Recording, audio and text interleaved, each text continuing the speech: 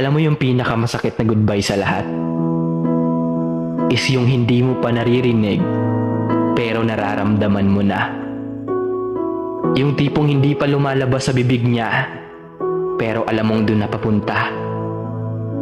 Yung tipong gusto mo pa sana, pero wala ka nang magagawa kasi ayaw niya na.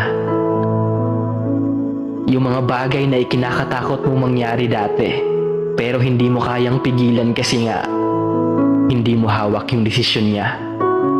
Pero ganoon naman talaga, di ba?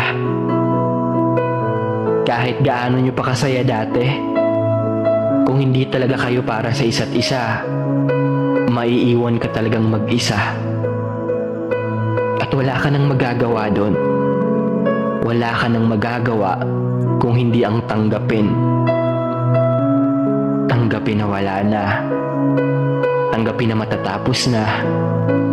Tanggapin para sa ikakasaya niya at para sa ikabubuti mo na rin.